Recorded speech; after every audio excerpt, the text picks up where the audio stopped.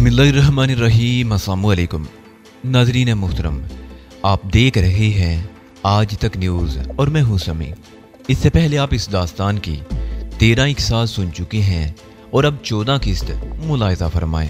Truck पर 2 light machine गन्नें भी नस्ब थी और दोनों गन्जर अलर्ट नजर आ रहे थे। दूसरा ट्रक बस्ती में जाकर हमारी निगाहों से ओझल हो गया था। मैं राइफल संभाले चट्टान से टेक लगाए बैठा बस्ती की तरफ ही देखता रहा था। मेरे जहन में तरह तरह के ख्यालात आ रहे थे। 3 दिन पहले ये इतला मिली थी कि भारतीय फौजियों को करोड़ नामी बस्ती में अपने एजेंट चंद्रपाल उर्फ रुस्तम और बस्ती से 5 मील दूर पहाड़ों में बाबा अब्दुल फतेह के खुफिया ठिकानों पर 4 फौजियों के मारे जाने की इतला मिल चुकी थी। फौज का एक दस्ता उस बस्ती में पहुंच गया था, लेकिन हैरत अंगेज तौर पर उन्होंने बस्ती वालों के खिलाफ कोई कार्रवाई नहीं की थी। लेकिन उससे अगले रोज उन्हें किसी तरह ये इतला मिली कि बस्ती में चंद्रपाल और पहाड़ों में 4 फौजियों के कत्ल का जिम्मेदार शमरोज यानी मैं हूँ। फौजी अगले रोज बस्ती एक नौजवान को पकड़कर ले गए थे, जहां कैंप में तशद्दुद करके उससे ये उगलवा लिया था कि शमरोज और अंगूरी हिंदवाड़ा की तरफ गए हैं। बाद में उस नौजवान को छोड़ दिया गया था, जो शदीद जख्मी हालत में किसी न किसी तरह बस्ती तक तो पहुंच गया, लेकिन जख्मों से जान भर ना हो सका और उसी शाम उसका इंतकाल हो गया। मैं सोच रहा था कि फौजियों की शायद ये इतला मिली हो कि मैं और अंगूरी यहाँ छुपे हुए हैं। अंगूरी बस्ती में थी और मुझे उसकी फिक्र थी। 2 घंटे गुजर गए। बस्ती की किसी गली में जो हमें नजर आ रही थी, फौजियों की सरगर्मियां दिखाई दे रही थी। इसके अलावा कोई गैर मामूली बात और अफरा तफरी नजर नहीं आई। 1 घंटा और गुजर गया और फिर बस्ती वाला ट्रक भी वापस आता हुआ दिखाई दिया। बाहर खड़े फौजी भी अपने ट्रक में सवार हो गए और वो दोनों ट्रक तेज रफ्तारी से हाईवे की तरफ चले गए। ट्रकों के जाने के बाद भी हम अपनी कमी गाह में दुबके रहे और फिर तकरीबन आधे घंटे बाद बस्ती के एक आदमी ने वहां आकर खतरा टल जाने की इतला दी और हम चट्टानों से निकलकर बस्ती में आ गए। उन भारतीय फौजियों को असले की तलाश थी। बाज घरों की तलाशी लेते हुए तो उन्होंने तोड़ फोड़ भी की थी। मजलूम कश्मीरी मुसलमानों को वो अपना जर खरीद गुलाम समझते थे।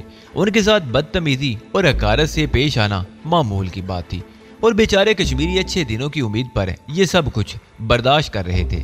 आज भी उस बस्ती के लोगों के साथ ऐसा ही तहकीर अमेज रवैया इख्तियार किया गया था और वो बर्दाश्त कर गए थे। मैं गुलाम दीन के घर में दाखिल होकर अंगूरी वाले कमरे में पहुंच गया। वहां 2-3 औरतें और भी थी। मुझे देखकर 2 औरतें बाहर चली गईं, जबकि एक औरत चारपाई की पट्टी पर बैठी रही। मैं लकड़ी के तख्तों वाली एक सालखुर्दा सी कुर्सी घसीट कर चारपाई के सामने बैठ गया। मेरी तरफ देखते हुए अंगूरी के होंठों पर खफीफ सी मुस्कुराहट आ गई। कोई मसला?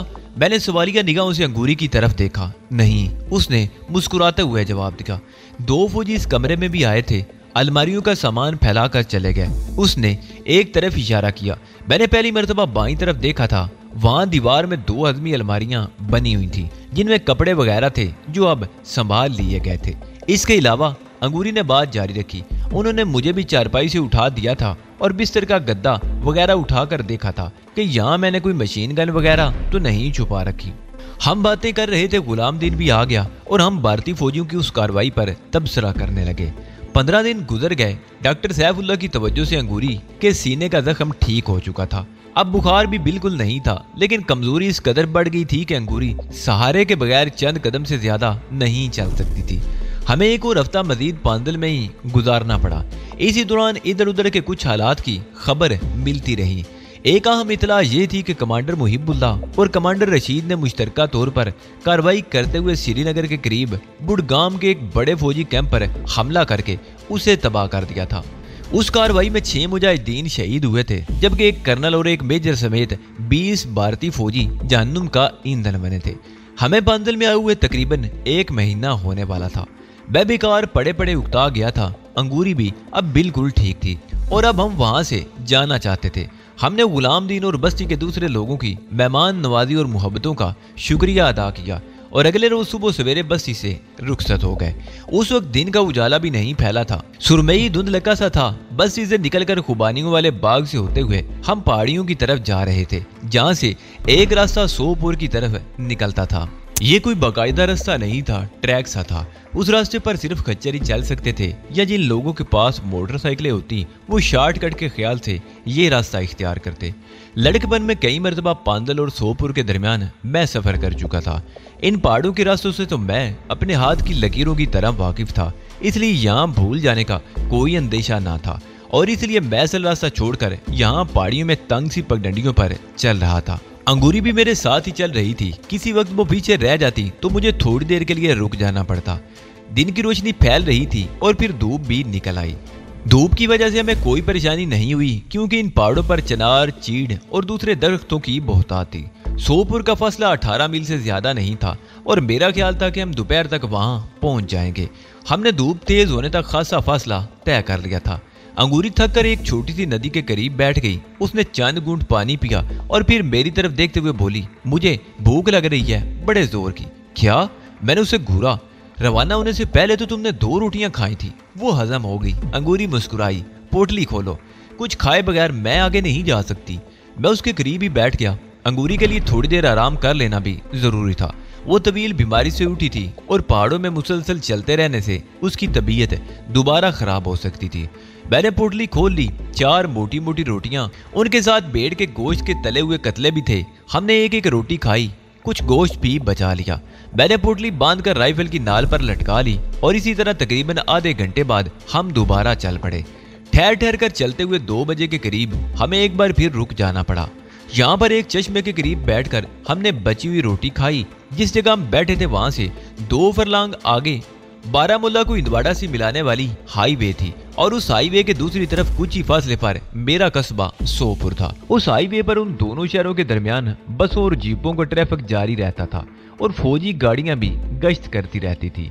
हम ताजा दम होकर चट्टानों में चलते हुए हाईवे के करीब आ गए।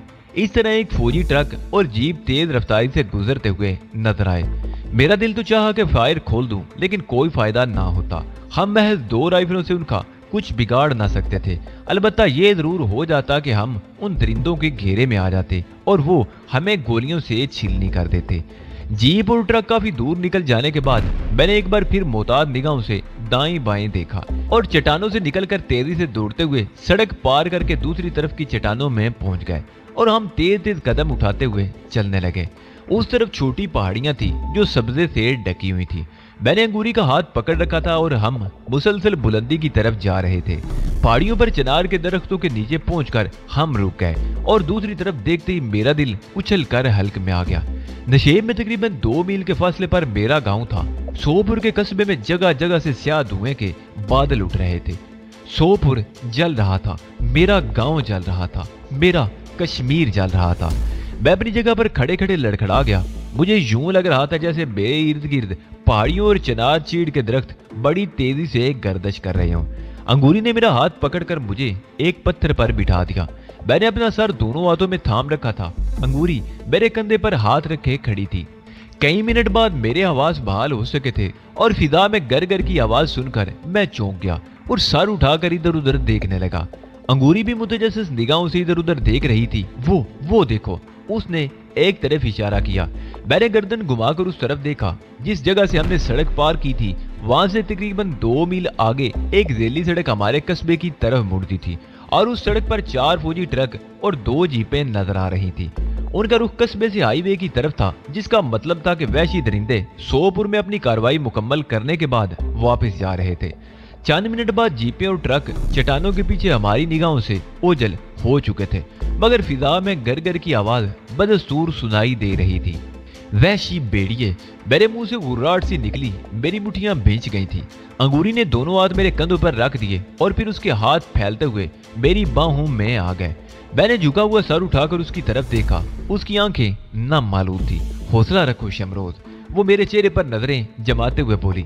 आज पूरी वादी में हमारे बहन भाई, बुजुर्ग और बच्चे जुल्म की चक्की में पिस रहे हैं, लेकिन वो दिन जरूर आएगा जब हम इन गासिबों को वादी से निकालने में कामयाब हो जाएंगे और मुझे यकीन है कि वो दिन बहुत जल्द आएगा इंशाअल्लाह।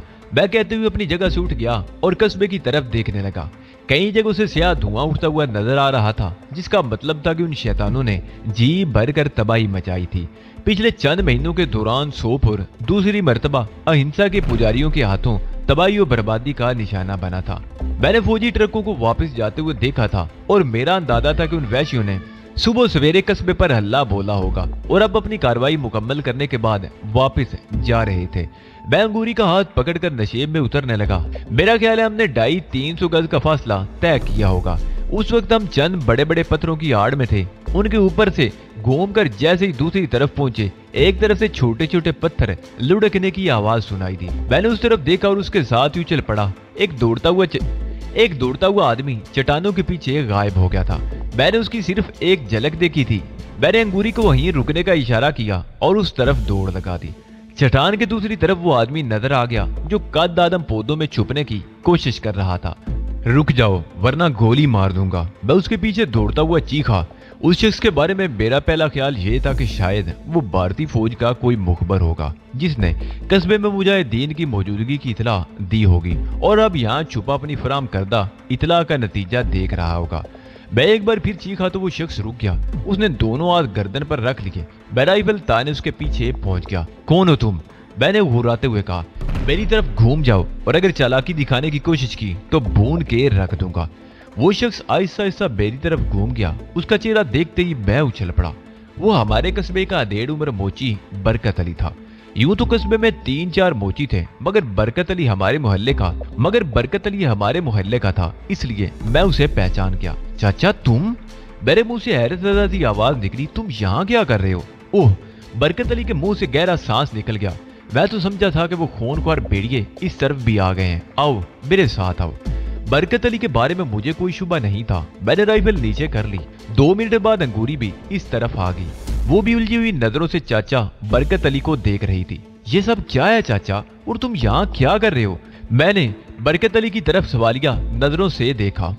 तुम अपनी आंखों से देख चुके हो कि यह सब क्या हो रहा है और ये सिलसिला तो उस वक्त तक चलता रहेगा जब तक वादी को इन गासिब हिंदुओं के नापाक वजूद से साफ ना कर दिया जाए। चाचा, बरकत अली कह रहा था, आज सुबह फजर की अजान के फौरन ही बाद 3-4 ट्रक धुंधलाते हुए कस्बे में आ गए और लातादाद फौजियों ने फायरिंग करते हुए घरों पर हल्ला बोल दिया। क़यामत सुगरा का समा था। घरों को आग लगाई जा रही थी। औरतें और बच्चे चीखते चिल्लाते हुए इधर उधर दौड़ रहे थे। मैंने कुछ औरतों और बच्चों को उमरदीन के घर जमा कर लिया और थोड़ी देर बाद कुछ और लोग भी वहां जमा हो गए। कस्बे का वो हिस्सा अभी किसी हद तक महफूज था। हम औरतों, बच्चों और चंद बूढ़ों को लेकर कस्बे से निकल आए और बाग में से होते हुए इन पहाड़ियों में आ गए और इस तरफ एक गार में पना ली। वो चंद लम्हों को खामोश हुआ, फिर बात जारी रखते हुए कहने लगा, मैं भी देखने के लिए गार से निकला था कि वो शैतान वापस चले गए या नहीं। उस तरफ तुम लोगों की बातें सुनकर मैं समझा था कि शायद वो दरिंदे हमारी तलाश में इस तरफ आ गए हैं और मैं अपने साथियों को इतला देने के लिए भागा था। कहाँ है वो लोग? मैंने पूछा। उस तरफ एक गार में। उसने एक तरफ इशारा किया, मेरे साथ आओ। हम उसके पीछे पीछे चलते रहे और बिलाखिर एक गार में दाखिल हो गए। वहां 20-22 अधेड़ उम्र और जवान औरतें थी। 10-12 बच्चे और 5-6 अधेड़ उम्र आदमी थे। वो सब मुझे पहचानते थे। कई औरतें मुझसे लिपट लिपट कर रोने लगी। मैं भी आंसू जब्त ना कर सका। अंगूरी भी रो रही थी।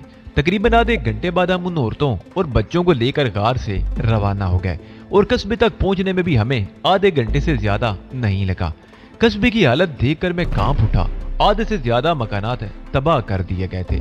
कई मकानों से अब भी धुआं उठ रहा था। हर तरफ तबाही और बर्बादी के आसार बिखरे हुए थे। भारतीय फौजी दरिंदा सिर्फ फौजियों की वहशियाना फायरिंग से 12 अफराद शहीद हुए थे। उनमें 2 बच्चे और 3 औरतें भी शामिल थी, जबकि 30 के करीब अफराद जख्मी हुए थे। कस्बे में कुराम बचा हुआ था। लोग अपनी इस तबाही और बर्बादी पर एक दूसरे से लिपट कर रो रहे थे। मैं और अंगूरी दूसरों के साथ इमदादी कार्रवाइयों में मसरूफ रहे। शहीद होने वालों को शाम से पहले दफन कर दिया गया। जख्मियों को हर मुमकिन हद तक तिब्बी इमदाद दी जा रही थी। लोग मकानों के मलबों के ढेर में अपना सामान तलाश कर रहे थे, लेकिन कुछ भी नहीं बचा था। सब जल कर राख हो गया था। सोपुर में इस तबाही की खबर पूरी वादी में फैल गई थी। वादी के कोने कोने में गमो गुस्से की लहर दौड़ गई। हड़ताल की काल दे दी गई और शदीद रद्देमल के तौर पर भारतीय गासिबों के खिलाफ मुजाहिदीन की सरगर्मियां तेज हो गई। भारतीय फौजी भी अगरचे मुतात हो गए थे। कैंपों पर हिफाजती इंतजाम सख्त कर दिए गए थे, लेकिन उसी रात मुजाहिदीन के एक ग्रुप ने श्रीनगर के करीब एक फौजी कैंप पर हमला करके उसे मुकम्मल तौर पर तबाह कर दिया। उस हमले में भारतीय फौज का एक ब्रिगेडियर भी मारा गया था। वो रात हमने बरकत अली के घर में गुजारी थी। दूसरे दिन भी मैं और अंगूरी कस्बे वालों के साथ इमदादी कार्रवाइयों में मसरूफ रहे। जिनके घर के अफराद शहीद हो चुके थे, वो औरतें दाढ़े मार मार कर रो रही थी बेचारी। भारतीय फौजी 5 लड़कों को भी पकड़ कर ले गए थे। उनके घर की औरतों को तो काबू में करना मुश्किल हो रहा था, किसी तरह संभाले नहीं संभल रही थी। मेरा ख्याल था कि यहाँ कुछ मुजाहिदीन ने पनाह ली होगी, जिसकी इतला पर फौजियों ने यहाँ हल्ला बोला था। लेकिन ये जानकर मुझे ज्यादा हैरत भी नहीं हुई कि पिछले कई रोज से मुजाहिदीन की किसी पार्टी ने इस तरफ का रुख नहीं किया था। फौजियों ने महज शुबे की बिना पर यहाँ हल्ला बोल दिया था और तबाही और बर्बादी फैलाकर चले गए थे। हम तकरीबन एक हफ्ता सोपुर में रहे। इसी दौरान हम दोनों कस्बे वालों के साथ इमदादी सरगर्मियों में मसरूफ रहे थे। आसपास की बस्तियों से कुछ और लोग भी आ गए थे, जो हर मुमकिन हद तक कस्बे वालों से हमदर्दी का इजहार और इमदादी कामों में उनका हाथ बिठाते रहे। और मिलाकर एक रोज सुबह सवेरे हम हिंदवाड़ा के लिए रवाना हो गए। हमारे साथ कस्बे का एक आदमी और भी था। हम तीनों खच्चरों पर सवार थे और इस मर्तबा हमने ऊंचे पहाड़ों का रुख करने की बजाय दरिया के साथ साथ सफर करने का फैसला किया था। ये रास्ता अगरचे तवील था, लेकिन किसी हद तक महफूज भी था। हम सुबह सवेरे रवाना हुए थे। शाम का अंधेरा फैलने से पहले लांगियात नामी गाँव के करीब पहुंच गए। ये गाँव इंदवाड़ा से चंद मील पहले हाईवे के करीब दरिया के किनारे पर वाक़ था। हम गाँव में दाखिल होने की बजाय निस मील पहले एक फार्म हाउस पर रुक गए। यहाँ एक बूढ़े मर्द और एक बूढ़ी औरत ने हमारा इस्तकबाल किया। हमने वो रात वहीं गुजारने का फैसला किया, जबकि साथ आने वाला तीसरा आदमी थोड़ी देर रुकने के बाद गाड़ी की तरफ चला गया। उसे दरअसल जाना भी उसी गाड़ी में था। जमाल नामी वो बूढ़ा आदमी अपने 2 जवान बेटों को वतन की आन पर कुर्बान कर चुका था। वो खुद अगरचे बूढ़ा हो चुका था, मगर पसे मंदिर में रहकर मुजाहिदीन की मदद करता रहता था। वो मेरे और अंगूरी के नाम से वाकिफ था। उन दोनों मियाँ बीवी ने हमारे आने पर बड़ी खुशी का इजहार किया। उस रात हम में देर तक आज़ादी के बारे में बातें होती रही। उसका ये अंदाजा गलत नहीं था कि तहरीके आज़ादी की इस लहर में कुछ तेजी आ गई थी। मुजाहिदीन की कई तंजीमें भारतीय साम्राज्य के खिलाफ सरगर्म अमल थी। भारतीय फौजी कैंपों और फौजी काफिलों को जगह जगह निशाना बनाया जा रहा था और उन्हें शदीद नुकसान पहुंचाया जा रहा था। कश्मीरी मुजाहिदीन आज़ादी की ये जंग बेसुरो सामानी की हालत में लड़ रहे थे। वो कई वक्त फाके करते, असला और एमुनेशन के उसूल में भी उन्हें शदीद दुश्वारियों का सामना था। भारतीय फौजियों से छीना और कैंपों से लूटा हुआ असला ही इस्तेमाल हो रहा था। उसके बरक्स वादी में फैली हुई 7 लाख भारतीय फौज जदीद तरीन असले से लैस थी। उनके पास हर किस्म के वसाइल थे और वो तमाम वसाइल को बरवेकार ला रहे थे। उसके बावजूद उन्हें मुजाहिदीन के हाथों शदीद ज़िक उठानी पड़ रही थी। मैं समझता हूँ कि अगर कश्मीरी मुजाहिदीन के पास इतने वसाइल और इतना गोला बारूद होता तो वो अमलन पहले भारतीय गस्बों को न सिर्फ कश्मीर से निकाल चुके होते, बल्कि हिंदुस्तान के कुछ और हिस्से पर भी उनका कब्जा हो चुका होता। मेरा ख्याल था कि हम सुबह सवेरे इंदवाड़ा की तरफ रवाना हो जाएंगे, मगर जमाल ने हमें रोक लिया। शहर के हालात ठीक नहीं हैं, उसने कहा। सोपर वाले वाक़े के बाद पूरी वादी में हंगामे बढ़ गए हैं। श्रीनगर कार और फौज के खिलाफ जगह जगह मुजाहरे हो रहे हैं। लोग तो पुरअमन एहतजाज करना चाहते हैं, मगर फौज और पुलिस खुद वादी का अमनो अमान खराब कर रहे हैं।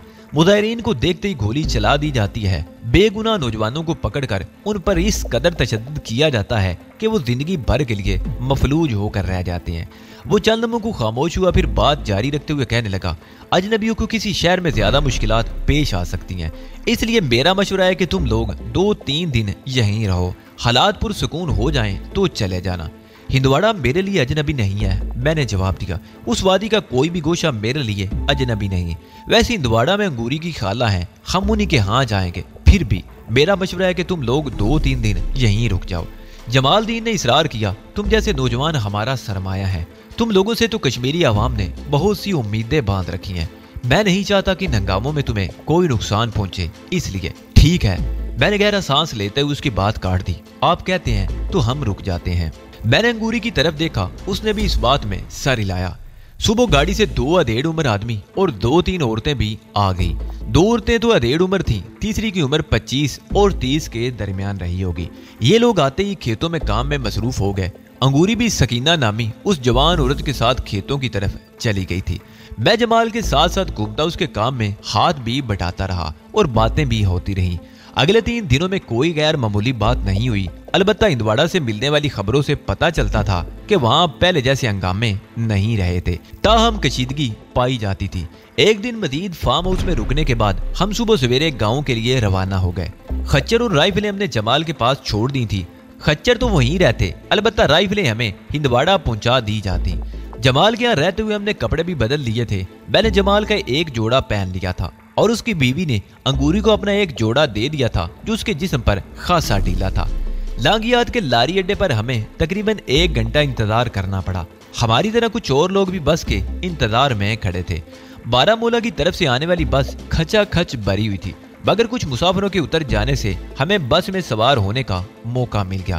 अंगूरी को तो एक आदमी ने अपनी सीट दे दी, लेकिन मुझे खड़े ही रहना पड़ा।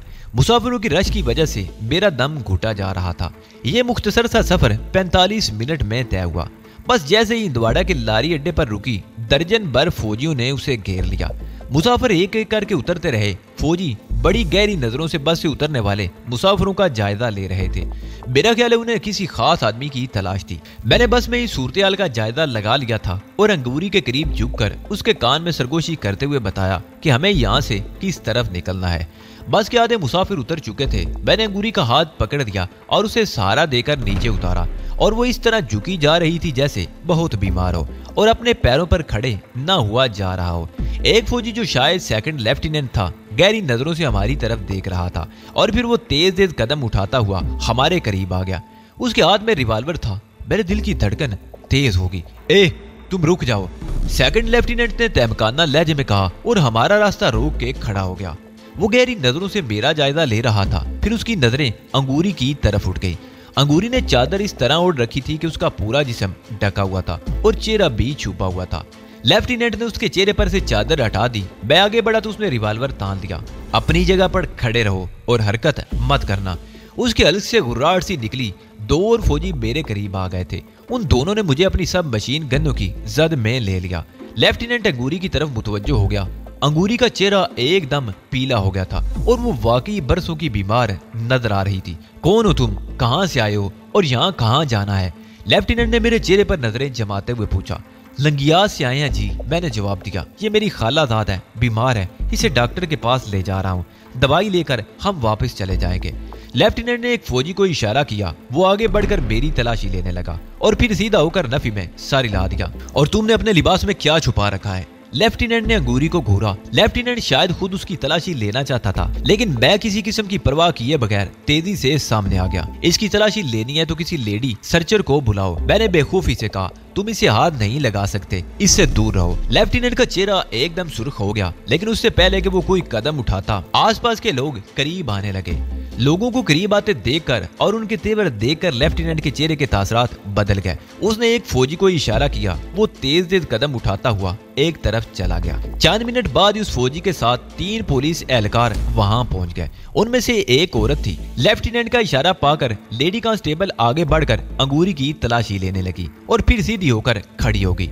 कुछ नहीं सर, उसने लेफ्टिनेंट की तरफ देखते हुए कहा। कुछ नहीं है। ठीक है। लेफ्टिनेंट ने गहरा सांस लेते हुए मेरी तरफ देखा। तुम लोग जा सकते हो, लेकिन मैं तुम्हारा चेहरा याद रखूंगा। मैं अंगूरी का हाथ पकड़कर वहां से चल पड़ा। मुझे उस लेफ्टिनेंट की नजरें अपनी पुश्त पर चुभती हुई महसूस हो रही थी। तकरीबन 20 गज का फासला तय करने के बाद हम एक बाजार में मुड़ गए। अंगूरी एकदम सीधी हो गई। अब ना तो उसके चेहरे पर पिलाड़ नजर आ रही थी और ना ही वो किसी तरह की कमजोर लग रही थी। उसके बरक्स उसके चेहरे पर ना सिर्फ सुर्खी थी, बल्कि होंठों पर भी मुस्कुराहट थी। तुम तो बड़ी अदाकार हो, मैंने उसकी तरफ देखते हुए कहा।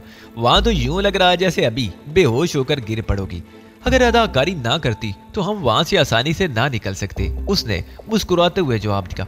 वैसे हैरत है, जब वो मेरी तलाशी लेने के लिए आगे बढ़ा था तो तुम्हारे अकड़ जाने पर वो खामोश हो गया था। अगर वो तुम्हें हाथ भी लगाता तो मैं नताइज की परवाह किए बगैर उसका हाथ तोड़ देता, मैंने जवाब दिया। वैसे वो खामोश इसलिए हो गया था कि शहर के लोग पहले ही बिफरे हुए हैं। शायद ये बात उसकी समझ में आ गई थी। उसकी गलती से कोई नया हंगामा उठ खड़ा होगा।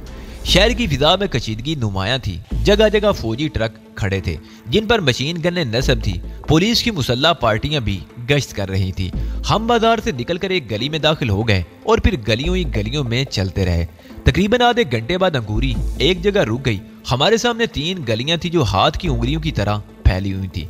अंगूरी मुतजस्सिस नजरों से इधर उधर देख रही थी। क्या हुआ, रास्ता भूल गई क्या? मैंने पूछा। मैं कई साल पहले यहाँ आई थी, अंगूरी ने जवाब दिया। उस तरफ आओ, मेरा ख्याल है वो घर उसी गली में है। हम दाईं तरफ वाली गली में मुड़ गए। अंगूरी मकानों के दरवाजों को देखती हुई चल रही थी और फिर वो एक मकान के सामने रुक गई। उसने एक बार फिर इधर उधर देखा और फिर आगे बढ़कर दरवाजे की जंजीर खटखटाने लगी। 1 मिनट बाद दरवाजा खुल गया। वो 12-13 साल की उम्र का एक लड़का था जिसने लंबा सा कुर्ता पहन रखा था। सर गंजा था, उलझी हुई नजरों से हमारी तरफ देख रहा था। अरे तुम गुड्डू हो ना, अंगूरी ने कहा तो लड़के ने इस बात में सर हिला दिया। खाला कहाँ है? जाओ उन्हें बताओ अंगूरी आई है। लड़का अंदर दौड़ गया। अंगूरी ने मुझे इशारा किया, मैं भी उसके साथ ही अंदर दाखिल हो गया। अंगूरी ने दरवाजा बंद कर दिया और खाला कहती कहती सेन में आगे चलने लगी।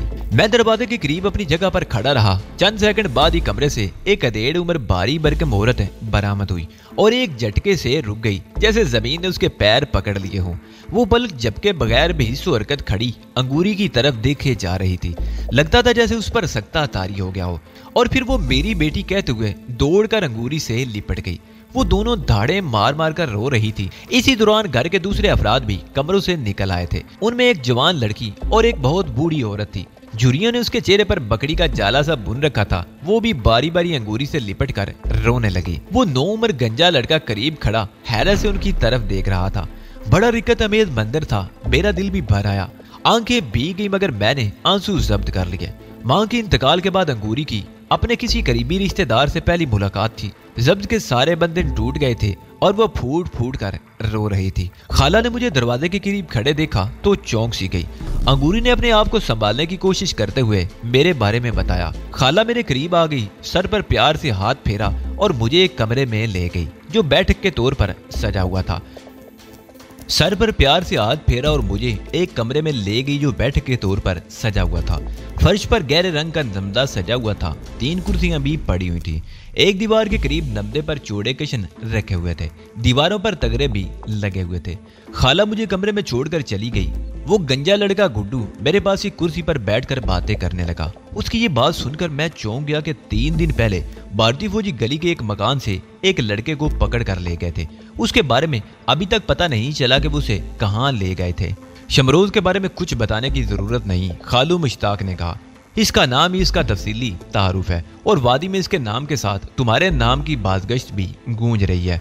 हम सब की दुआएं तुम्हारे साथ हैं। कौम ने तुम जैसे नौजवानों से बड़ी उम्मीदें वाबस्ता कर रखी हैं। मैं खामोश रहा। मेरे बारे में कुछ कहा जा रहा था, लेकिन मुझे इसका एहसास नहीं था कि मेरा नाम क्या अहमियत इख्तियार कर गया है। मैं तो अपने आप को एक मुजाहिदी ही समझता था। मैं तो अपनी कौम और अपने वतन की आज़ादी के लिए लड़ रहा था। मेरी तरह और भी हजारों कश्मीरी नौजवान आज़ादी की ये जंग लड़ रहे थे। सब ने अपनी जिंदगियां दाव पर लगा रखी थी। सभी सरफरोश थे। मेरी नजरों में किसी का रुतबा कम नहीं था। थोड़ी देर बाद अंगूरी की कजन आयशा चाय बनाकर ले आई। सब लोग उस कमरे में जमा हो गए। चेहरे पर मकड़ी के जाल वाली वो बूढ़ी औरत मुश्ताक की वालदा थी। मुश्ताक मंडी में अनाज का बेव्यापारी था, मगर कारोबार की हालत बहुत ही कमजोर थी। आए दिन हंगामों और हड़तालों ने हर किस्म का कारोबार तबाह कर रखा था। अंगूरी की खाला उन लोगों को लेकर दूसरे कमरे में चली गई। मैं और मुश्ताक बैठक में अकेले रह गए और हम काफी देर तक ताज़ा तरीन सूरत हाल पर तबादला ख्याल करते रहे। 2 दिन हम घर में ही बंद रहे। तीसरे दिन मैं शराफत हुसैन से मुलाकात के लिए चला गया। ये वही दुकानदार था जिससे मिलने का मशवरा मुझे गुलफराज ने दिया था। उसकी दुकान की तलाश करने में मुझे ज्यादा दुश्वारी पेश नहीं आई थी। शराफत हुसैन ने बताया था कि हमारी राइफलें उसके पास पहुंच चुकी हैं। उसने 2 दिन बाद मुझे राब्ता कायम करने को कहा था।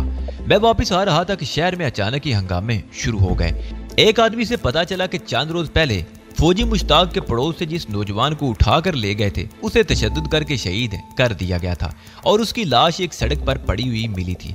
मैं जानता था कि लोग अब इस गली में जमा होंगे जहां उस नौजवान का मकान था, यानी मुश्ताक वाली गली। मैं तेज चल रहा था ताकि वक्त से पहले वहां पहुंच सकूं। एक सड़क पर मुड़ते ही सड़क के किनारे पर बैठी एक औरत को देखकर ठिठक गया। मैला कुचैला फटा हुआ लिबास जिससे उसका जिस्म झलक रहा था, उलझे हुए गर्द आलूद बाल, पुचके हुए गाल और अंदर को दंसी हुई आंखें। उसकी हरकत देखकर ही लगता था कि उसका ज़हनी तवाज़ुन दुरुस्त नहीं। मैं उसके करीब रुक गया। उसके चेहरे के नकूश जाने पहचाने से लगते थे और मैं उसे पहचानने की कोशिश कर रहा था। और फिर दूसरे ही लम्हे मैं उछल गया।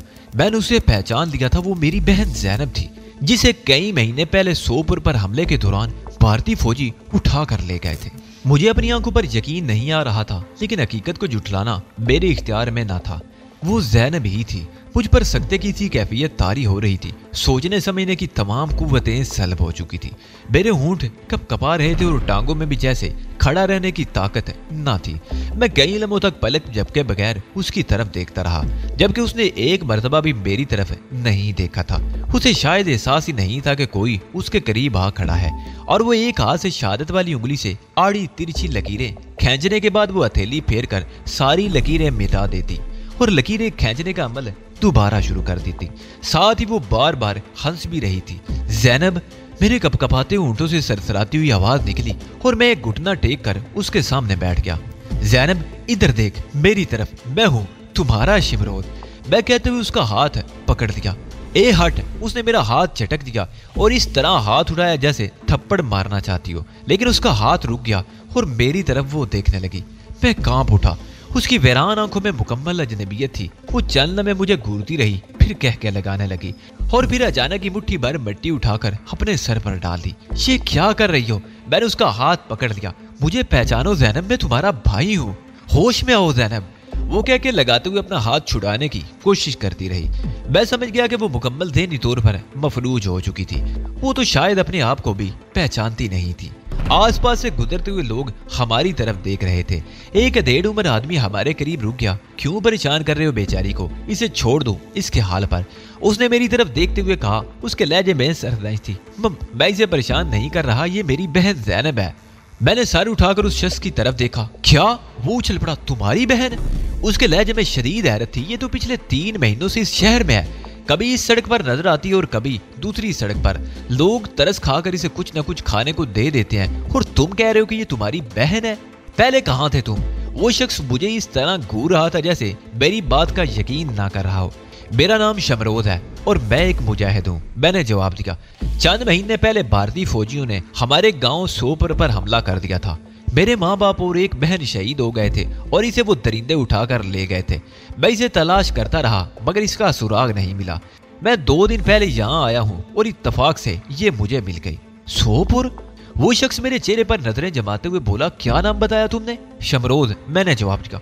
तुम मौलवी रसूल बख्श के बेटे तो नहीं, जो बाद में कमांडर मुहिबुल्लाह की पार्टी में शामिल हो गया था? उस शख्स ने कहा। उसकी नजरें बदस्तूर मेरे चेहरे पर मरकूज थी। हाँ, मैंने इस बात में सर हिला दिया। उस शख्स ने बेइख्तियार आगे बढ़कर मेरी पेशानी चूम ली और फिर एक झटके से अलग हो गया। शहर के शुमाली इलाके से फायरिंग की आवाजें सुनाई दे रही थी।